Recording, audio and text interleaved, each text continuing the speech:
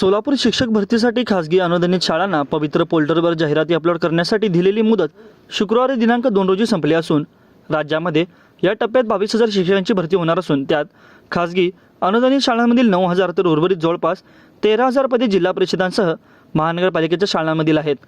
राज्यातील 1.25 लाख शाळांमध्ये जिल्हा परिषदेसह खासगी अनुदानित शाळा 67,000 पर्यंतचे शिक्षक कमी आहेत, तरी देखील या टप्प्यात 22,000 पदांची भरती होईल। त्यात जिल्हा परिषदेच्या शाळांमध्ये एकूण रिक्त पदांपैकी 70% तर खासगी अनुदानित शाळांमध्ये 80% पदभरतीचा मान्यता देण्यात आली आहे। खासगी अनुदानितसह जिल्हा परिषदांच्या शाळांमधील पदभरती पवित्र पोर्टलच्या माध्यमातून होत आहे।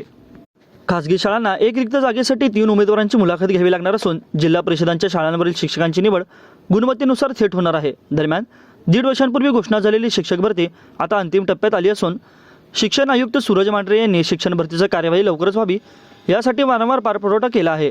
या भरतीतून सोलापूर जिल्हा परिषदेला 5.6 शिक्षक मिळणार आहेत।